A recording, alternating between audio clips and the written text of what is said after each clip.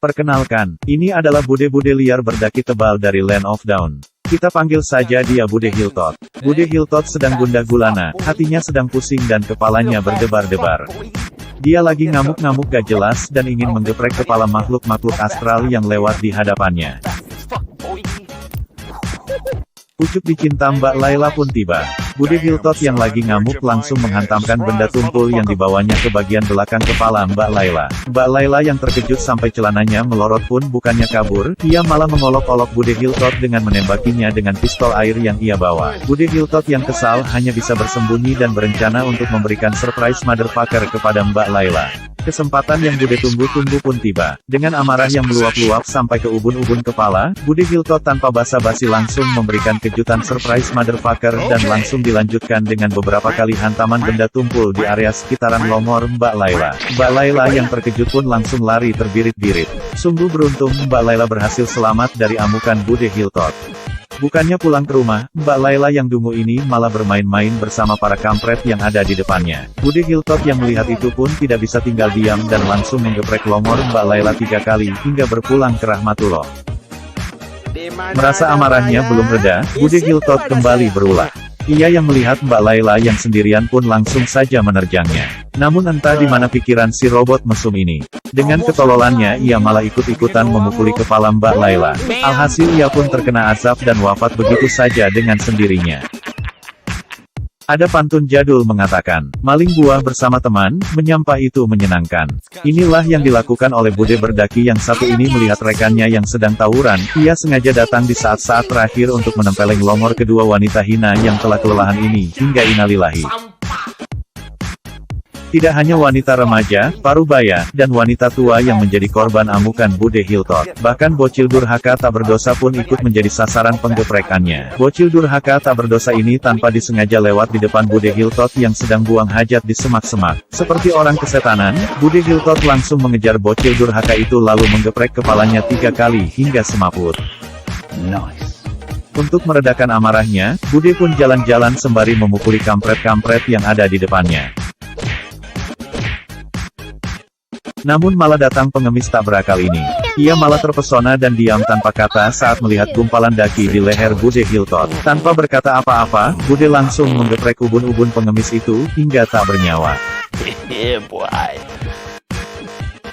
Ingin melanjutkan buang hajatnya yang sebelumnya terganggu, Bude Hiltot bergegas mencari semak-semak untuk menimbun emas batangan miliknya. Namun lagi-lagi datang pengamen autis tak berakal ini untuk mengintip kegiatan 18 kelas Bude Hiltot. Alhasil Bude pun melayangkan bogem mentahnya ke arah kemaluan pengamen autis itu, hingga ejakulasi dini dan lemas tak berdaya. Mendapatkan laporan dari warga setempat bahwa ada barongsai yang meresahkan, Bude Hiltot dan Om Contol pun pergi untuk menganiaya barongsai tersebut. Bukannya kesakitan, barongsai edan itu malah kesenangan saat dianiaya oleh Bude dan Om Contol. Yang awalnya niat menganiaya, malah jadi teraniaya. Sungguh tolol Bude dan Om yang satu ini. Merasa terhina, Bude berdaki ini bermaksud membalas dendam atas perlakuan barongsai edan itu kepadanya. Naasnya, Bude berdaki ini malah dianiaya untuk yang kedua kalinya hingga tersungkur tak berdaya.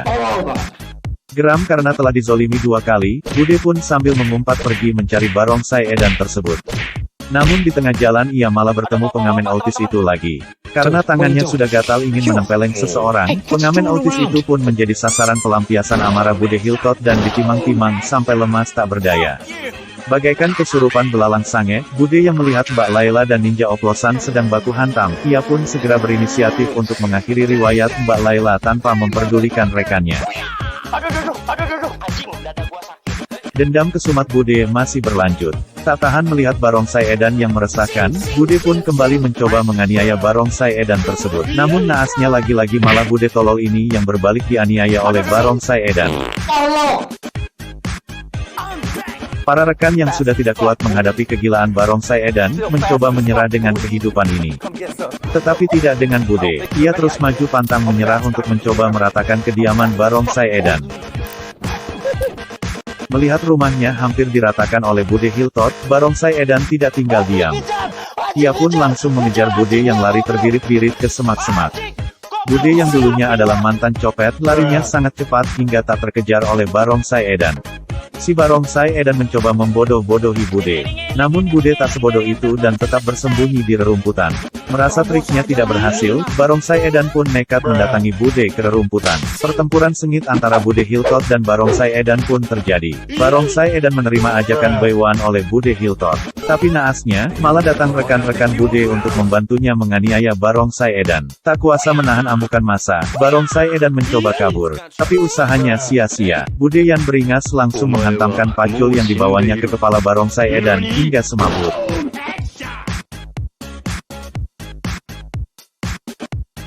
Di sisi lain kediaman Barongsai dan rekan-rekannya telah diratakan oleh para kampret-kampret yang menyerang.